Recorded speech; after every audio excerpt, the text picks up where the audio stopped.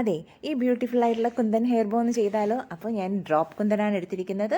നമ്മുടെ OSP transparent sheet എടുത്ത് glue എടുത്ത് B7000 ഗ്ലൂ ആണ് എടുത്തിരിക്കുന്നത്. അത് ഗ്ലൂ അപ്ലൈ ചെയ്തു. അതിലേക്ക് കുന്തൻ സ്റ്റോൺ നമുക്ക് 8-10 നമുക്ക് എത്ര വലിപ്പമാണ് വേണ്ടത് ഫ്ലവറിൻ്റെ. നമ്മൾ 2 ലെയർ ആകുമ്പോൾ കുറച്ച് വലിപ്പം വേണം ഫ്ലവറിന്. അപ്പോൾ അതിനനുസരിച്ച് നമുക്ക് എടുക്കാം കേട്ടോ. ഫ്ലവർ നമുക്ക് ഇഷ്ടമുള്ള ഒരു പെറ്റൽസിൻ്റെ എണ്ണം, അതായത് ഈ കുന്തൻ സ്റ്റോണിൻ്റെ എണ്ണം ഇതുപോലെ കൂട്ടിയെടുക്കാം.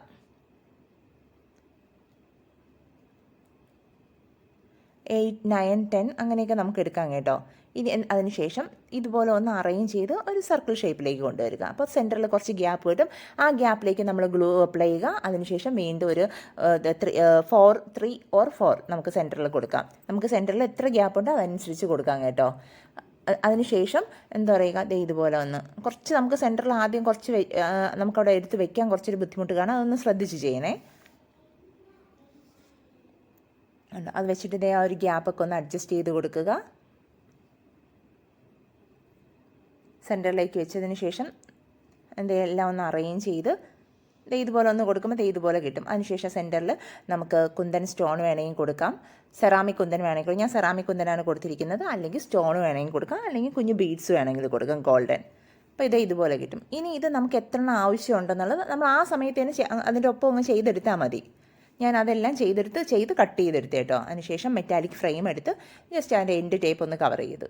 അപ്പോൾ നമ്മുടെ ഫ്രെയിം റെഡിയായി കഴിഞ്ഞു കേട്ടോ. അപ്പോൾ നമ്മുടെ ഫ്രെയിം റെഡിയായി. ഇനി നമുക്ക് അടുത്ത് ചെയ്യേണ്ടതെന്ന് പറഞ്ഞാൽ നമ്മൾ ചെയ്തിരിക്കുന്നത് നമ്മൾ ഫ്ലവർ ചെയ്തെടുത്തിട്ടുണ്ട്. അതിനെ ഞാൻ കട്ട് ചെയ്ത് നല്ല നീറ്റാക്കി എടുത്തിട്ടുണ്ട്. ഇനി സെൻറ്ററിലേക്ക് ഈ ഫ്ലവേഴ്സ് കൊടുക്കുക. സൈഡിൽ ഞാൻ കുന്തൻ സ്റ്റോണാണ് കൊടുക്കുന്നത്.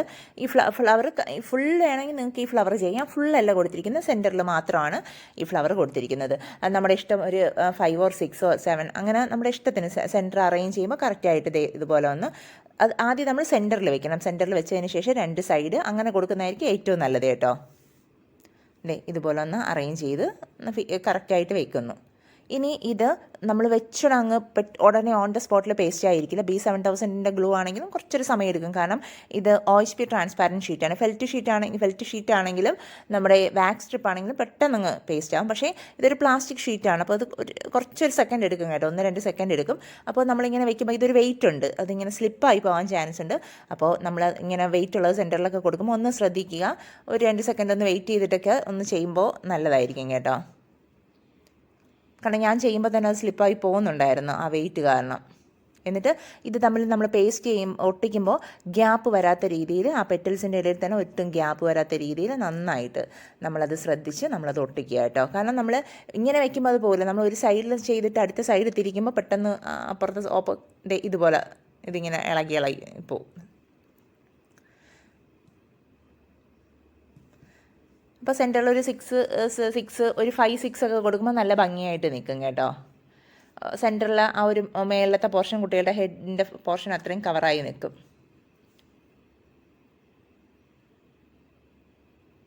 ഇതുപോലെ ഒന്ന് പേസ്റ്റ് ചെയ്ത് കുറച്ച് സമയം ഡ്രൈ ആയതിന് ശേഷമാണ് അടുത്ത് ഞാൻ 2 സൈഡും ചെയ്യാനെടുത്തത്. 2 സൈഡും ചെയ്യാൻ വളരെ എളുപ്പമാണ്. ഇത് സെൻറ്ററിൽ ഒട്ടിച്ച് കഴിഞ്ഞാൽ വേറെ പണിയൊന്നുമില്ല.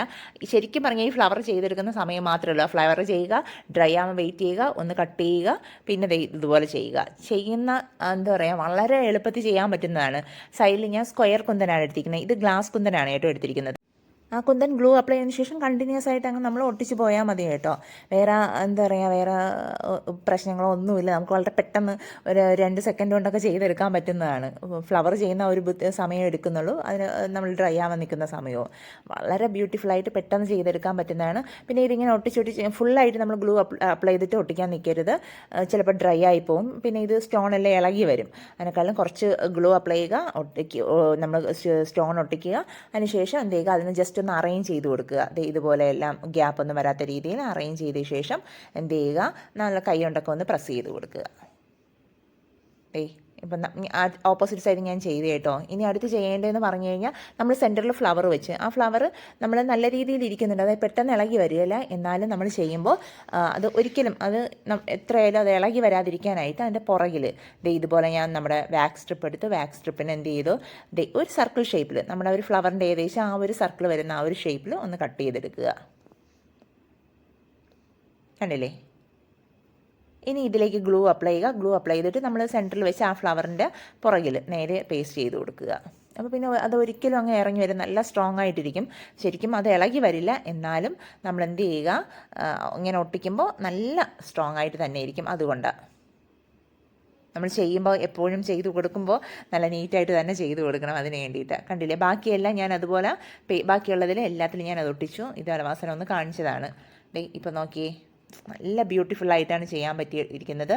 അപ്പോൾ നിങ്ങളെല്ലാവരും ചെയ്യാൻ ശ്രമിക്കണം. വളരെ സിമ്പിളായിട്ട് പല പല കളറിൽ നമുക്ക് ചെയ്തെടുക്കാൻ പറ്റും. പുതിയൊരു വീഡിയോ ആയിട്ട് കാണുന്നവരെ എല്ലാവർക്കും ബൈ.